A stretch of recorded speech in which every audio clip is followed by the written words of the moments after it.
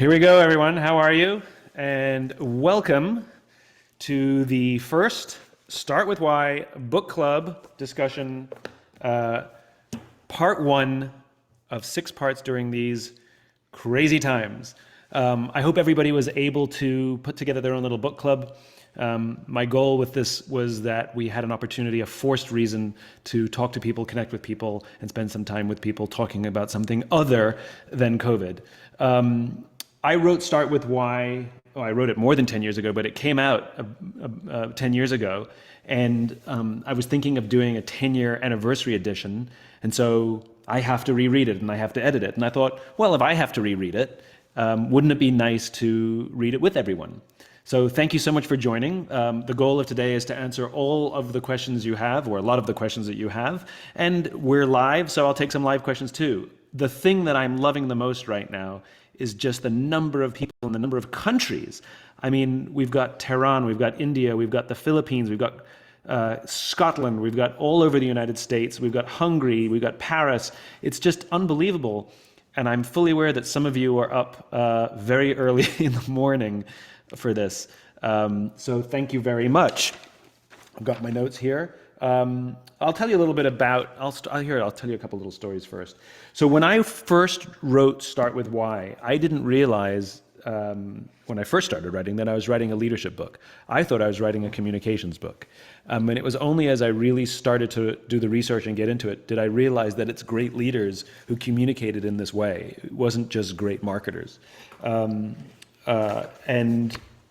really struck me just how much of the world around us, people who attempt to influence our behavior with manipulation. And as many of you know, that is the primary subject of the first part of Start With Why. So we're going to be doing questions about part 1. Okay, we have some questions that people had sent in already, but feel free to give me some of your live questions. I'm happy to take them. Okay, Sarah, what's my first question? Okay, Warren from Worcester, England. Warren from Worcester, England, yes. Within the introduction, you talk about leadership. Specifically, there are leaders and those who Maybe lead. it's just easier for me to read it. Okay. Warren from Worcester, England said, within the introduction, you talk about leadership. Specifically, there are leaders and there are those who lead. In the current climate of social distancing, what advice or techniques can you recommend now we have to lead our teams remotely? So there is no question that having to lead a group of people remotely is more difficult. I mean, for years I've been preaching the importance of eyeball leadership, roaming around the office, talking to people.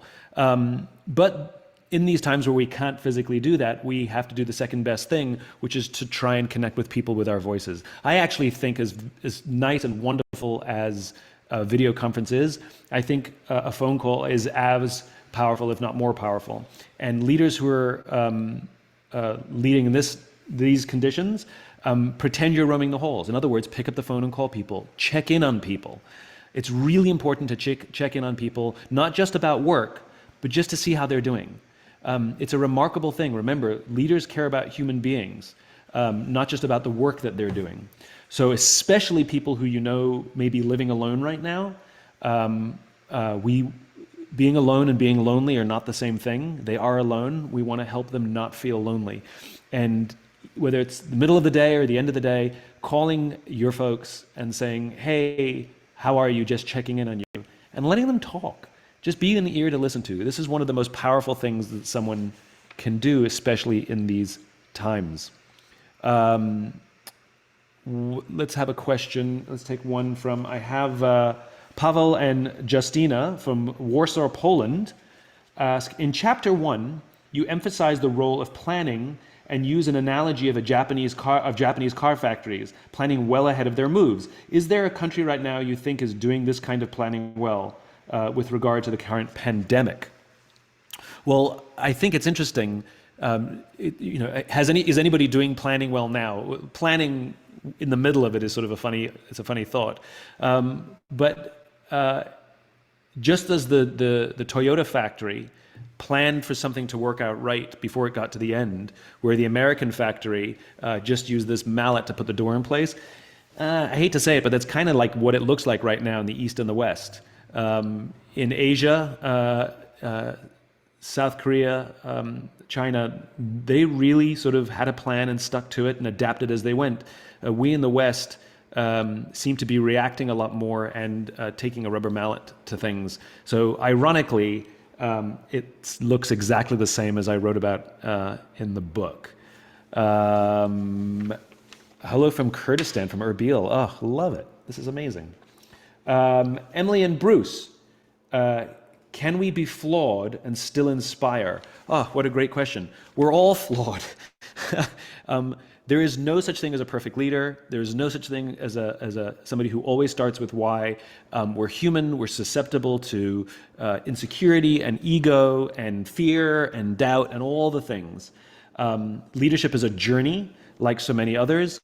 And yes, of course, you can be flawed and still inspired. In fact, every great leader that I've ever written about or know about, every single one of them was flawed. Steve Jobs was deeply flawed. Martin Luther King was flawed.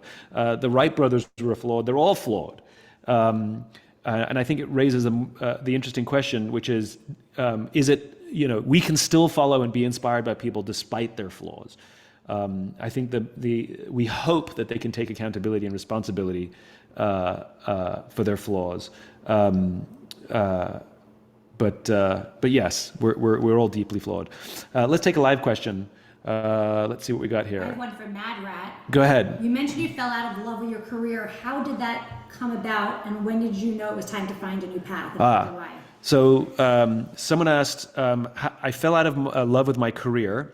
How did that happen, and how did I get on the path to get back on? I don't know how it happened. I think it happens to a lot of us, and I think it's unpredictable. I think many of us fall out of love with the work that we're doing. I actually see this more in senior people than junior people, believe it or not, where they've been doing the same thing, they've had lots of promotions, they've had all the bonuses, they're probably making a good living, and they, rinse, wash, repeat, they know how to do it. And it's actually later in their careers that they start asking themselves, why the heck am I doing this? Like, what's this all for? And I think they have a crisis of purpose. Junior, though those things are on their mind for sure, there's so much excitement getting a job, getting the first bonus, winning the first client, things like that, that sometimes purpose takes a back seat. In my case, I'd been doing what I was doing for many years. I had my own business. It was a little marketing consultancy, and I think I was on autopilot. I don't know. But the way I fell out of love, it's like I didn't want to wake up and do it again. And it was very embarrassing because superficially my life was good. I owned my own business. I made an okay living. We had great clients. We did great work. And I didn't want to tell people that I'd fallen out of love with my work because I didn't want to sound like a crybaby, because things seemed to be good. And it wasn't until a dear friend of mine came to me and expressed concern for me, did it give me a safe space to express how I actually felt. And so it's this series of strange events that led me down the path to writing this book. I never intended to be an author. I never intended to write any books, let alone as many as I've written. It was an accident. I think one of the reasons that the message of why has resonated with so many people is that it's deeply human. This was not an academic exercise. I have no advanced degrees from any fancy universities, and it wasn't commercial. I didn't put it out there with the hope that, I could build a business around it. It was really just the desire to spread a message that I knew resonated with me and resonated with my friends. That's where we find myself today. Do you want to ask me another one, or shall I do one from the paper? Sure. Sure, I'll do another question here. Let me take a pen here. Got this one. Here we go. Club de Lectura de los Dragones. 13 people from all over Sweden. Oh my goodness, I love it. I love that you named your book club. I love this. What is your experience with acquisitions? How can two or more different cultures and whys be combined into one? Such a good question. It's so funny when companies choose to merge. They evaluate what they both do. They look at the market opportunities. They look at the money that they can make, but rarely do they ever evaluate the unions of their cultures. And almost always, the reason mergers or acquisitions tend to fail or not be worth the money that they expected it to be is because of these mergers of cultures. You can't take two completely different cultures and expect the people who work here and belong to get along with each other and share all the same values, because they don't. The ways I've seen mergers work their best is when there's a matching of cultures, when there's a shared set of values, or if one of the companies has been so poorly led for so long that the culture is basically a shambles, and then hopefully the company that buys it has a strong culture, and those people can be subsumed into the existing culture. It's pretty much the only way. But it's happened so often and fails so often. Big companies, small companies, it doesn't matter. Culture clash. And this is what we forget. We forget this all the time. Companies are simply collections of people. It's not just the product. It's not just the market opportunity. It's a group of people who have to work together with another group of people. That's why we hire carefully. So if we know that we have to hire carefully to fit culture, how can we just assume that you can merge with another company as if you just hired 10,000 people all at once and expect everybody to get along? It doesn't work that way. Yes, go ahead. There's a live question. Emma Kirk, what companies today do you love because they start with Y? From the Why So Sassy book club in the UK. From the Why So Sassy book club in the UK. What companies do I like now that start with Y? There's a list, and they tend to be younger companies. I think the concept of purpose and why is a more important subject for younger companies. I think Sweetgreen, the salad company, I think they're pretty wonderful. Their founders are very purpose-driven and make a lot of business decisions with their purpose in mind. They're all about connecting people to fresh food and supporting local farms. It's very community-driven. This is not necessarily good for business because they source their vegetables from individual farms, and if one farm cannot supply all of the vegetables they need, then they have to go to a second farm. So in New York City, for example, the tomatoes you get uptown may not be the same tomatoes you get downtown. They actually may be different farms because of their drive for that kind of quality. So this hurts their ability to get economies of scale, but they're so devoted to it. It's what they do. I think Airbnb is pretty cause-driven. They're about connecting people, and I like them. A lot of those, it's the companies that we tend to have warm feelings towards that I think tend to be very purpose-driven. We also have some purpose-driven leaders now that are kind of remarkable, and goes back to the question is, can somebody be flawed and a good leader? And the answer is yes. Elon Musk, clearly has vision and clearly inspires people, despite his flaws. I think he's doing something pretty special. Here's one from DJ Quarantine. DJ Quarantine, I hope you're actually doing DJ stuff while in quarantine. What if you never really had a why besides making money, but you have a successful company now? How can you establish your why? Great question. First of all, every single person on the planet has a why, where it's innate in all of us. Our why is the sum total of how we were raised. It's the lessons we learned from our parents, the experiences we had that make us who we are. So you do have a why, DJ Quarantine. You've probably just not focused on it. You said you built a business driven by money, which is fine. You can have financial success, but do you feel successful? Do you feel like it's all been worth it? Like you can look back at your life and when you're on your deathbed and say that was a life worth living. The opportunity is not to invent a why, it's to discover a why. I talk about the why discovery process because the patterns exist in us, we just have to go looking for them. So you don't establish it, you simply go panning for gold is what you do. It's a process of discovery. Should we take a live questions? Hello, Mombasa, Kenya, Keeley Enterprises. Here's a good one from Nadir Huari, excuse me. How can you detect toxic people during a job interview? Ooh, that's a tough one because sometimes people are really good at faking it.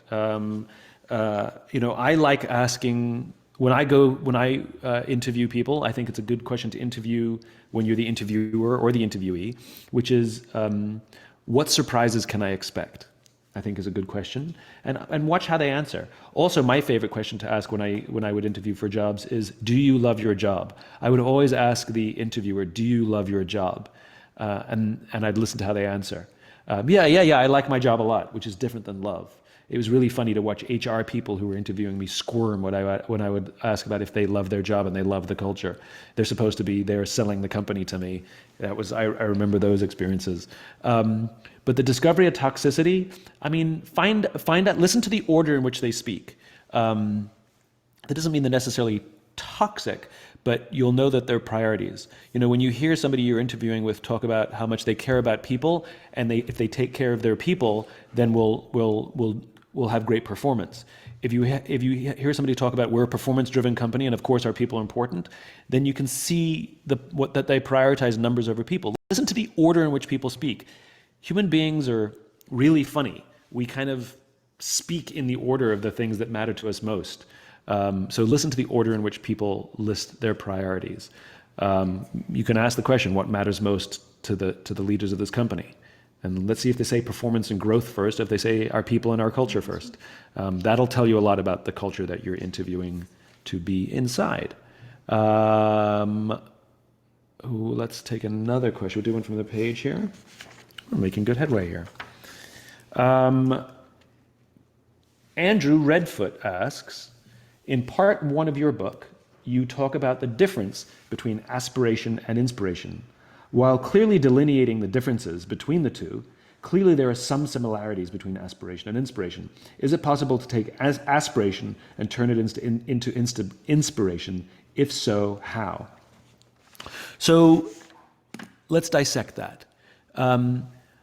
Aspirational messages, it's a little bit like motivation and inspiration, I think. Aspirational messages, I think, tend to be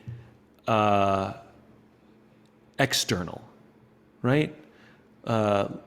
Or future-oriented. Let me think this through. When I talk about aspiration, it's a promise of a future self. So like, a gym membership, a gym will advertise and say, you could look like this.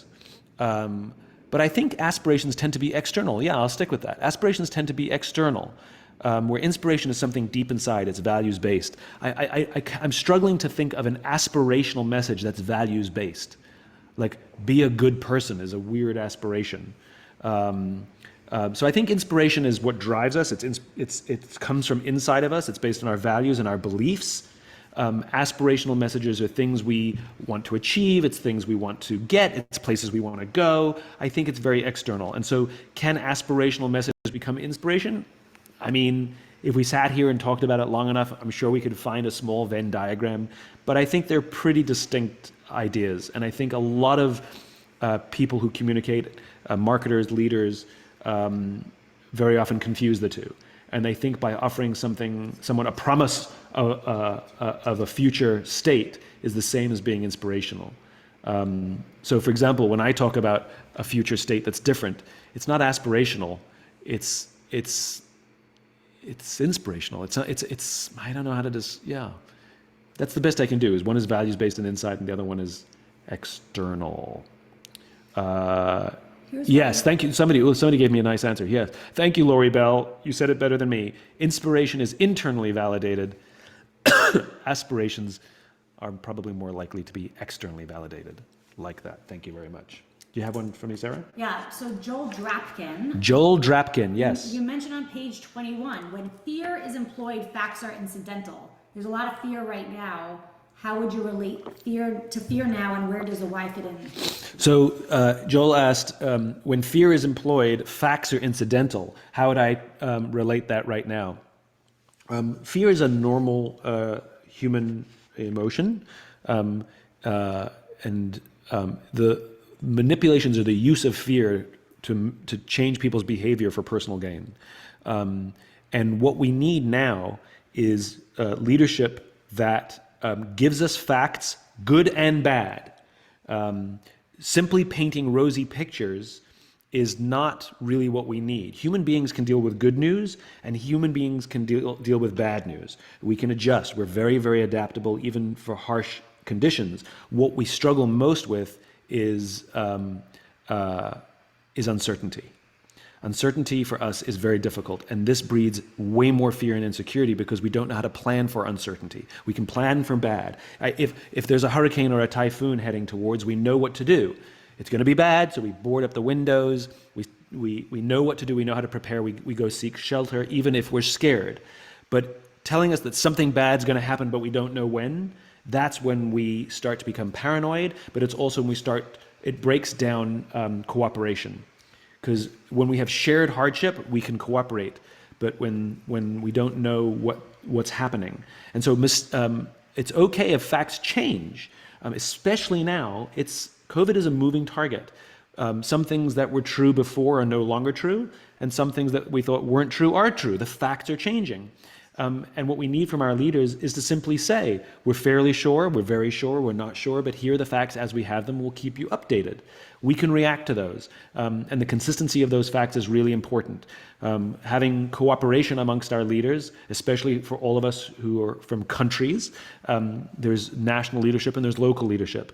There needs to be communication between them, so then there can be coordination, but also that we're not getting different information, because again, that breeds uncertainty, that breeds paranoia, craziness, and we lock down and become much more selfish in those times. Somebody asked me if I coughed. I have strained my voice, so my throat is a little rough, but I am very healthy. Thank you for asking. Here's one that was submitted from Sarah S. from the UK.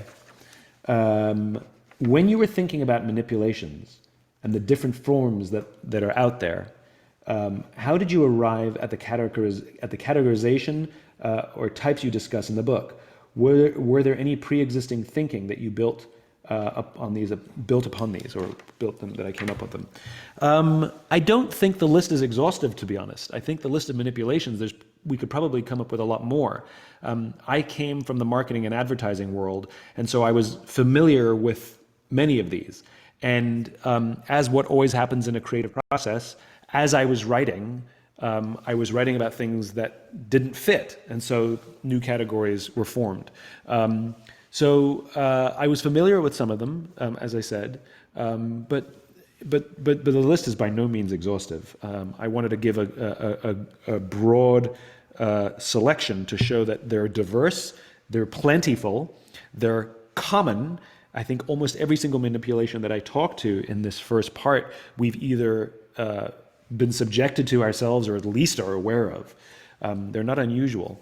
Remember, manipulations aren't always bad, but sometimes they're overused and can be bad when that's all that is employed. Somebody asked me, when is it appropriate to use manipulation? Well, if you have children, there's a lot going on there. I'm not against promotions and sales and things like that, but I like it when companies are honest about it. For example, it's our end of year sale. We need to make space for the new stuff. We're dropping the prices so these things can move off the shelves. We're fully aware of what's happening. The company can still be an inspiring organization with inspiring leadership, but they want to move the product off the shelf so they can make room for new product. There's nothing wrong with that. And we're definitely tempted to buy the stuff that's cheaper, of course. But when companies only rely on price to move things, it's a race to zero for those organizations. So manipulations aren't always Olivia has a question. Nefarious. Simon, Olivia has a good question. Yes, Olivia. From Raul Sapkal. From Raul, yes. Do we know where Raul's from? No, he doesn't say. Doesn't say, okay. Any advice when and how can I introduce Start With Why to my kids 10 and 6? I love that. How can I introduce Start With Why to my kids 10 and 6? Yes. So you know how your kids are always asking you why? Why, Daddy? Why, Daddy? Why, Daddy? Why, Daddy? Well, you can do the same. But here's the interesting thing. Instead of asking why, ask the question what? The question why, ironically, is not the question you ask when you want to get to why. You actually ask what. Why is an emotional question, and it elicits emotional answers. But what is a rational question, and people can think it through. So for example, I'll give you an example. Why were you home late? Shut up, Dad, right? Versus what were you doing that you're home late? Well, I was out with my friends.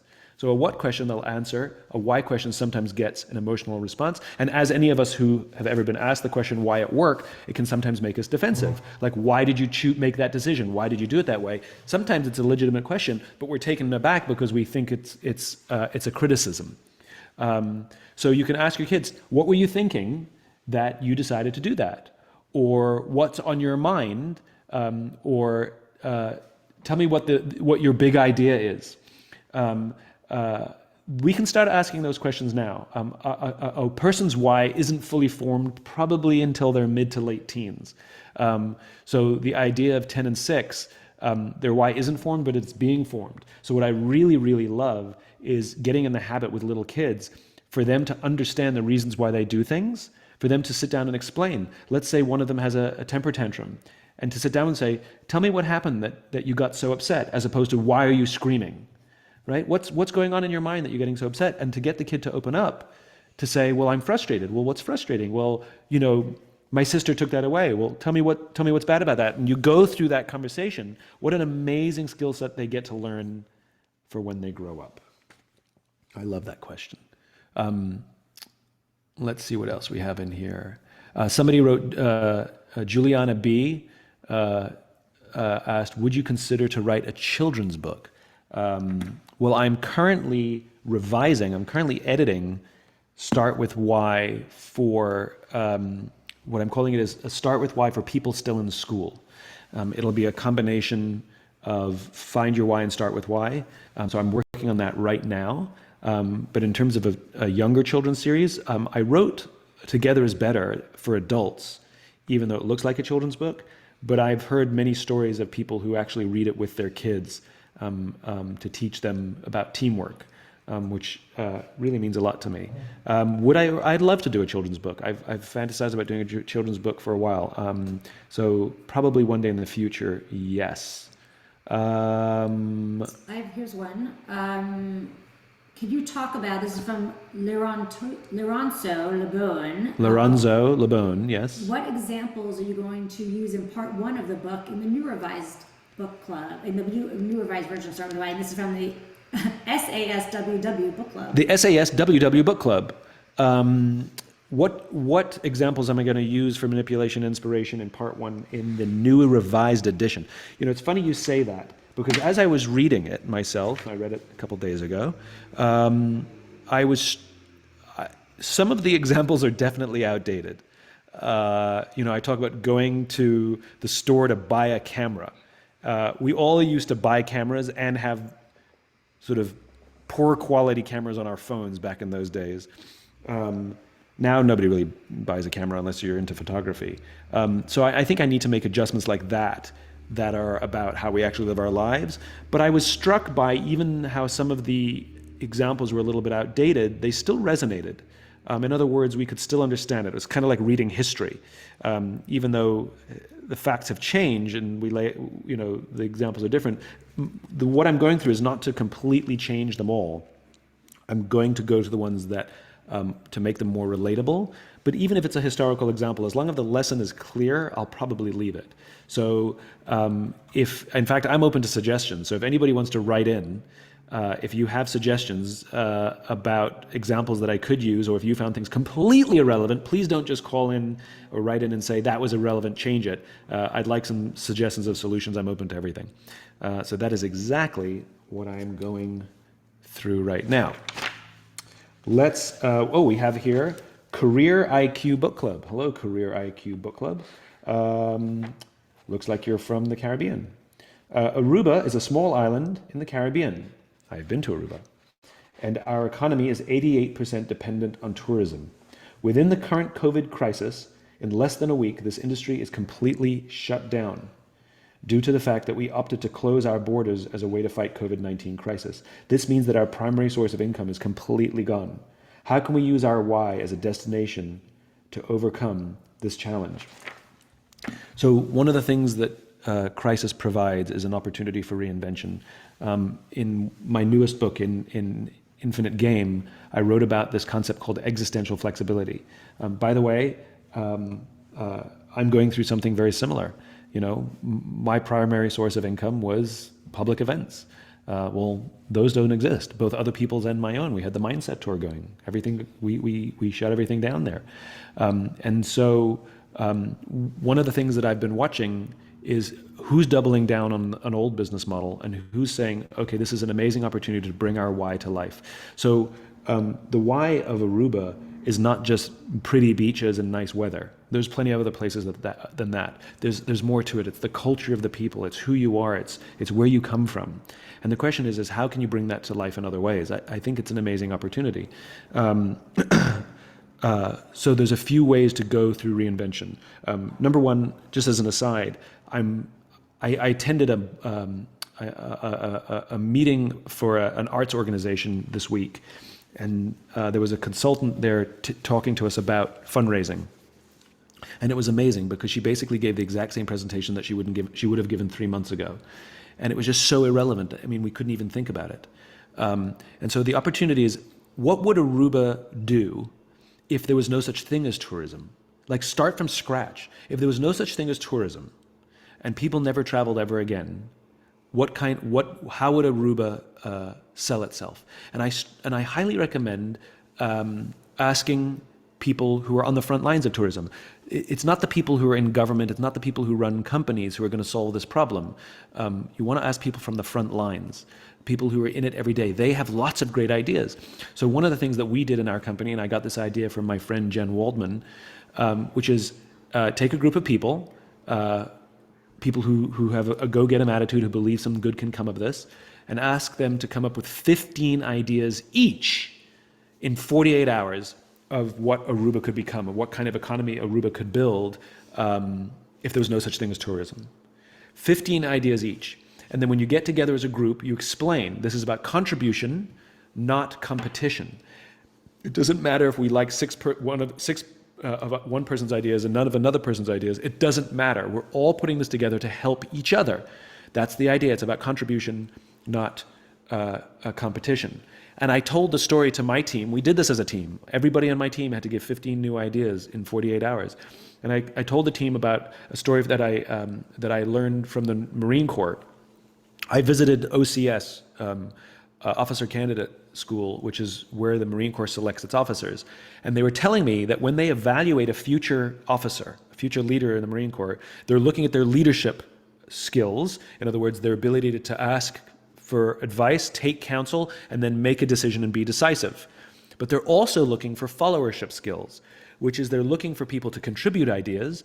And if the leader selects an idea or a course of action that is different than the one that you think is the right one, it doesn't matter. You put your idea aside and you work tirelessly to see that the leader's decision is successful. And if it fails, you don't sit back and say, well, I told you so. You work tirelessly to work to achieve success. So this is the story I told, that we're in this together.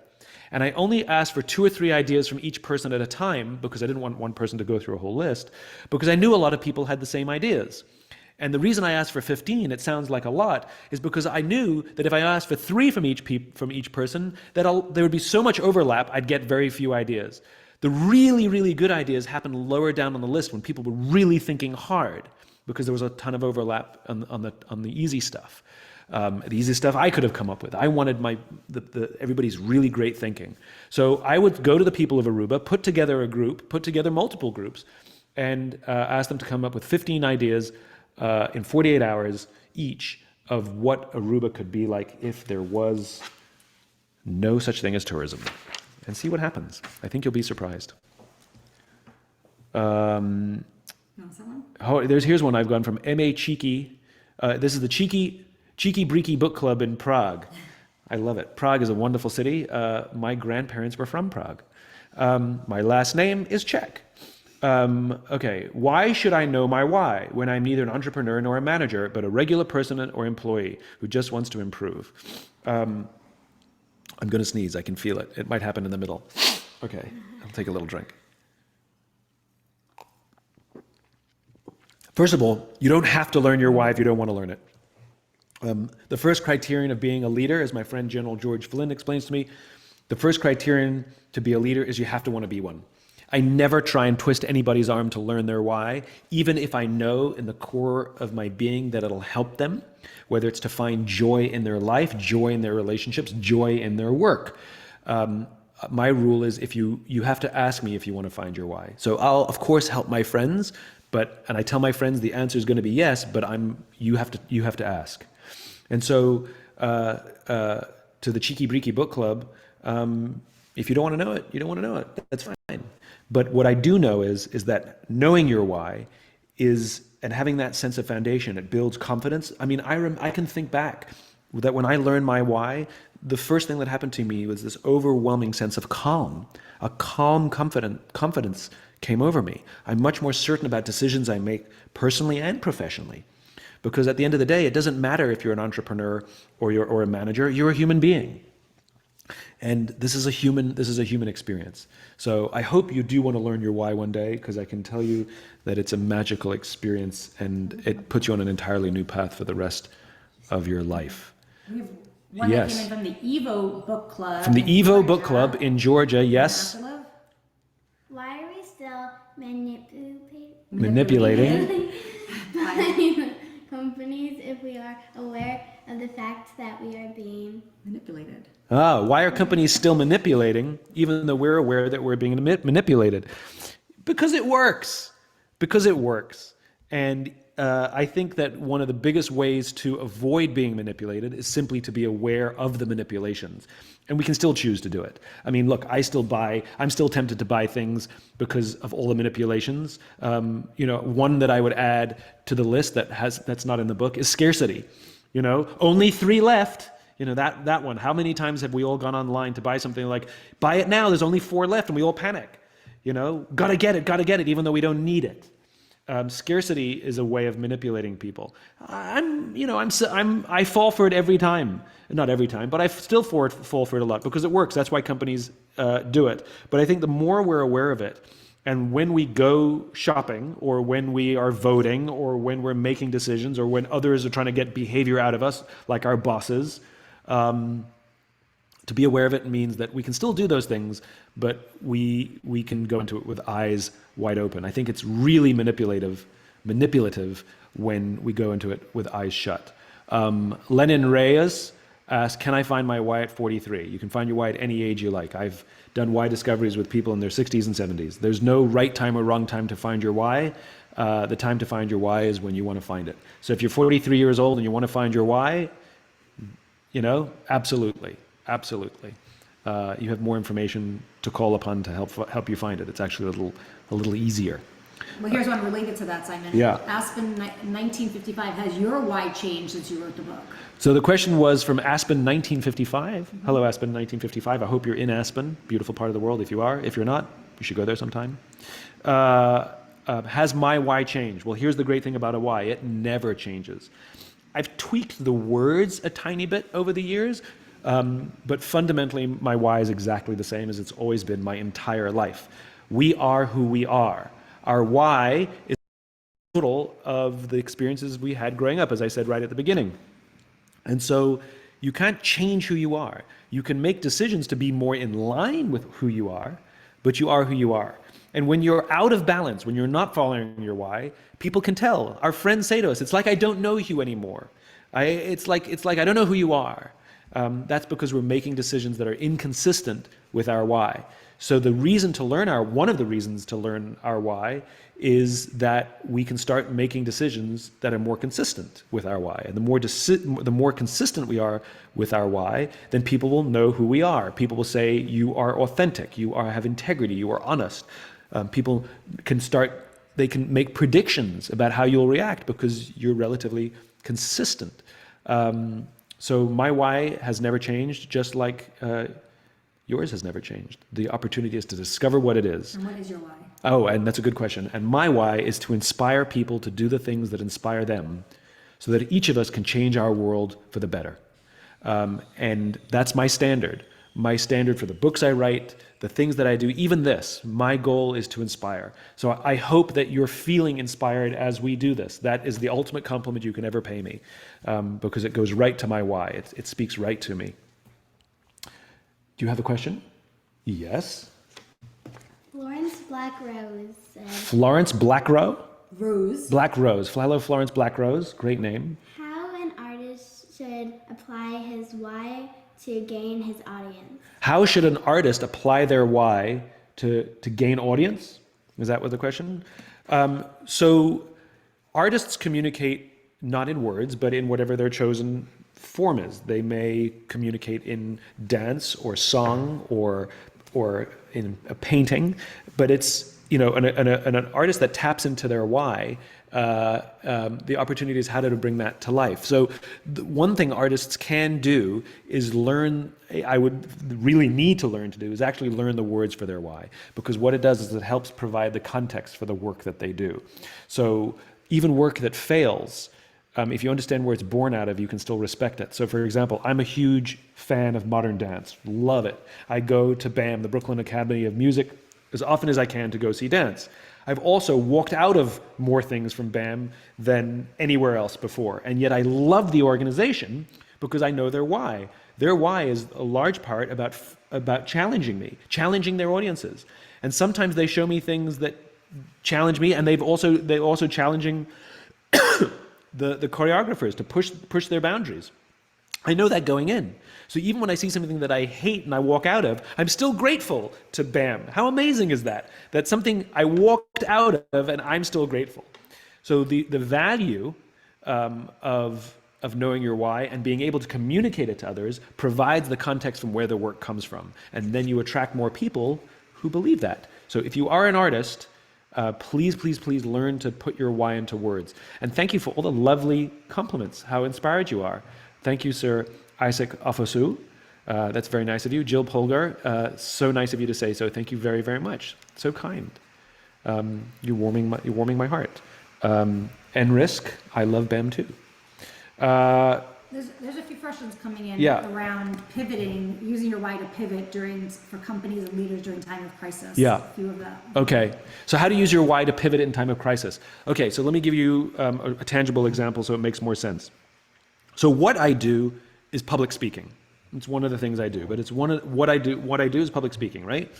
So if I were to pivot based on what, it limits my creativity, right? So I'm pivoting based on what. Really my only options are to give speeches online. So the only opportunity I have is to put on a conference online and charge money for tickets for people to come to my conference online. That seems very limited and it doesn't seem repeatable. How many of those could I even do?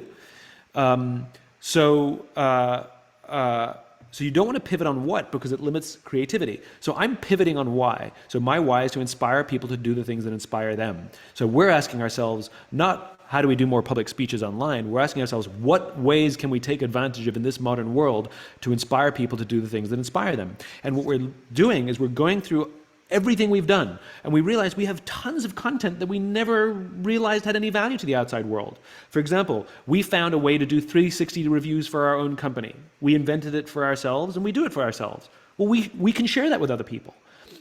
We found a way to do evaluations. We call it growth and performance, G&P. It's super simple, one-sheet way to evaluate it. Well, we can share that with people.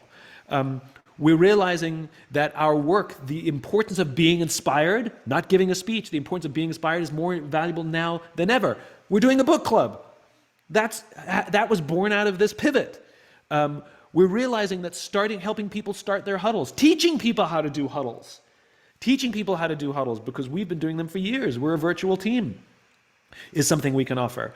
Even showing up for 5 minutes or 10 minutes at the beginning of someone's huddle is something we can offer. So you can see we're pouring with ideas. And by the way, these aren't all my ideas. These came from the team. But the point is because we're pivoting based on what we believe to inspire people to do the things that inspire them, we're finding lots of opportunities that we can bring to life in a digital world. But if I pivoted based on what, it'd be all over. And I see that happening all over the place, which is companies are trying to, go back to the question about Aruba. How do we do tourism now? You don't. You don't do tourism now. The question is, what is your why, and how do you bring that to life in a world where there is no tourism? That's going to yield a lot of great ideas. Let me take one from Minu. Minu asks, how do you differentiate between a leader who inspires and a leader who depends upon their charisma? It takes time. and Minu's cheating a little bit because that's deeper in the book, and so I haven't read that section yet. But if I go by memory, charisma is people confuse deep belief in something and high energy, and sometimes leaders with high energy they're fun, they're fantastic, they're fun to be around. We feel inspired in the moment, but I wouldn't call it inspiration. I'd call it excitement and motivation, because very, very often after they leave, we just sort of go back to the way things were. Inspiration lasts longer. I think of inspiration a little bit like love, right? Like you don't like your kids every day, but you love your kids every day. Motivation and excitement and energy, those things can be fun and exciting and wonderful, and we want to be around those people. But when times are tough and when the energy is down, are we still inspired to follow them and help build the vision? So I think the difference between inspiration and charisma is revealed in time. Hold on, there's a Gene Tuttle here. I had the pleasure of seeing you at Travis Air Force Base. Great base. Many years ago. Yeah, it's been many years since I was at Travis. As a continued member of the Air Force AFA Medicine, your message still resonates amongst the team. Thank you so much. That's so nice of you to say. I have a very warm spot for the Air Force in my heart. The Air Force was one of the first organizations to discover my work. They discovered the concept of why months after I first articulated it, and were big-time early adopters. So I've had a long relationship with the Air Force, and now with the other branches as well. So big love. The question was, when are you doing the next book club? We put up a schedule. The next one will be on the 11th, which is next Saturday. They're all every Friday at the exact same time, except next week, because of the holidays. We're doing it on Saturday. So next week's on the 11th on Saturday. Please join if you can, and we will be doing part 2 of the book, and then all the subsequent parts following. And, if this goes well, maybe we'll do book clubs for the other books. I haven't decided. Should we do some more? Sure, let's do some more. Lupe Hernandez. Lupe Hernandez, yes. What do you do when you are giving up on your why? What do you do when you're giving up on your why? That's a hard one. If you're giving up on your why, there's 2 things I would recommend. One is, was it really your why? Like, did you actually get it right? Because a why is so core to who you are, and it helps you get out of bed in the morning, that you may not have the energy to do it every day. That I've definitely had that. I've definitely not wanted to do it, but I never gave up on it. I've definitely had days where I was exhausted and was fed up, but I still believed in it. So if you're giving up on your why, the first question I would ask is, whatever you articulated, was that actually your why? And the second thing I would raise is, please call a friend, which is if no matter, especially in these COVID times, I think 2 things we have to get really, really good at, which I think we've all got a little lazy, because we're on Facebook and Instagram, and we feel like we're connected with our friends because we see what they're doing, but we don't actually call them and say hi. We feel connected with our friends when we watch them on social media, but we don't actually connect with our friends because they're on social media. So I think we all got a little lazy. I think one thing we all have to get better at is calling our friends and saying, how are you? Are you okay? And sometimes mustering up the courage to call somebody and say, I'm not okay. I'm having a behind day today. Can we just talk? And sometimes it's just nice to say it out loud, or sometimes people just want to listen. We just want to be heard. Like, we don't have to fix everything all the time. I talked to a friend this morning who's really, really struggling. She's alone during COVID, and she's in pain, but she has back problems, and so she gets out of bed in pain, and she can't go see her doctor, and I can't fix anything. There's nothing I can physically do to alleviate her state, but I can just be there and listen. And we got on FaceTime and we just talked, and she cried a little bit, and we just talked, and it's just nice. So please call people, and please call them and take their call when they call you. I think we have 5 more minutes. We'll do a couple more questions, and then we'll wrap it up. Here's one Let's see. from Gabby from Baltimore. In reading part one. Gabby from Baltimore, yes. In reading part one, while I can see the way Martin Luther King started with why, inspiring people around him, and it's unclear to me how Apple inspires people. So the question that Gabby asked is she can see how Martin Luther King inspired people, but it is unclear how Apple inspired people. The question is, I think there's two questions in there. I can explain how Apple did it. The other question is does Apple still do it? That's a question for another day. If you look at the fierce loyalty that Apple used to command in all its products, it was kind of amazing, and it did for decades.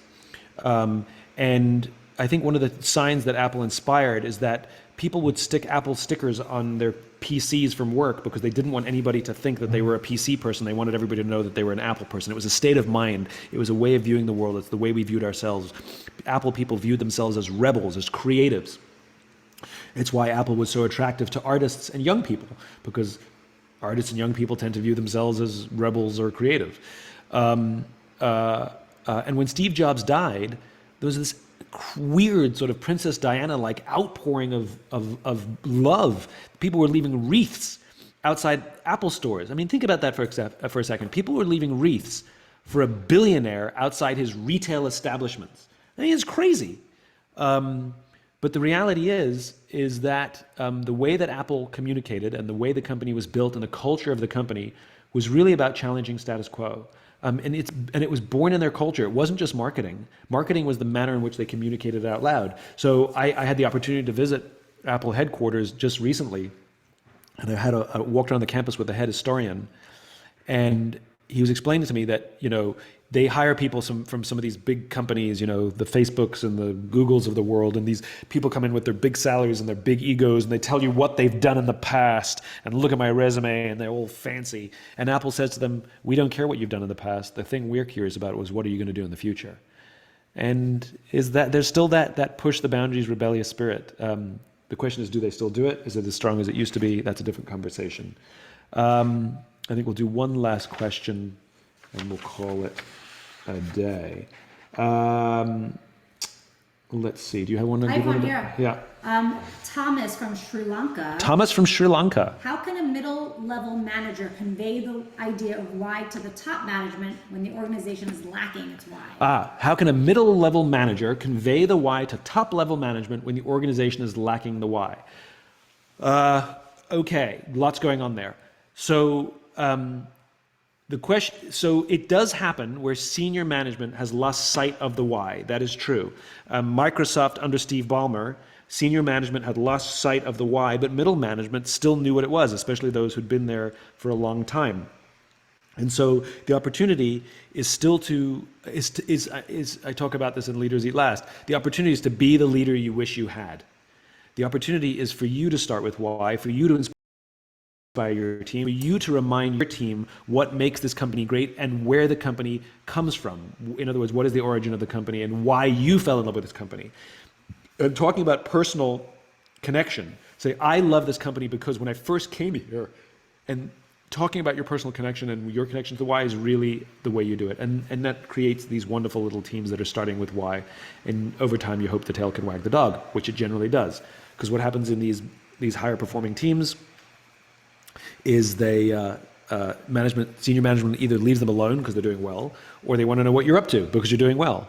And sometimes some of those people are promoted out and moved to other teams, and they take what they've learned, and before you know it, it starts to spread and the tail wags the dog. This is exactly what happened at Microsoft. It was kept alive by enough people, and when Steve Ballmer left, the founding why came bursting back to life immediately, thanks to all the middle managers who were keeping the flame lit. And that is, I think, a perfect way to wrap up. Apparently we're having a Wi-Fi issue. Sorry, the video is choppy. We will fix that before Saturday. So if you've had choppy video, I apologize. This is an infinite game, and we're learning constant improvement. So we'll fix that by Saturday. Any other notes that I need to say? Reminder, we're going to do part 2 of Start With Why on Saturday, April 11th. So bring your questions. Make sure you get together with your book club before then to discuss it first, because remember, the whole point of this is that we have our book clubs. It'll be at the same time, 3 p.m. Eastern time in the United States. If you want to watch any part of this, rewatch it, or if you missed it, a friend missed it, all of these book clubs will be available on YouTube forever, and we'll put them on all the other social media platforms if you want to revisit any part. Next week, we're going to talk about an alternative perspective, and this is where we start really getting into the introduction of why in the Golden Circle. I'm looking forward to rereading that chapter. It's been a lot of years. Remember to send your questions to bookclub@simonsinek.com. That's bookclub@simonsinek.com. And of course, we'll also be taking live questions as well. Thank you for joining me, everyone. This has been fun and inspiring. It's so lovely to see you all from around the world. You know, what's so amazing is that I'm reading all of these cities and countries around the world, and it's a strange feeling that we're all actually going through the same experience at the same time. It actually makes me feel very close to everyone. So thank you very, very much for being here. I hope to see you all again next week. Take care of yourselves. Take care of others. We'll see you soon.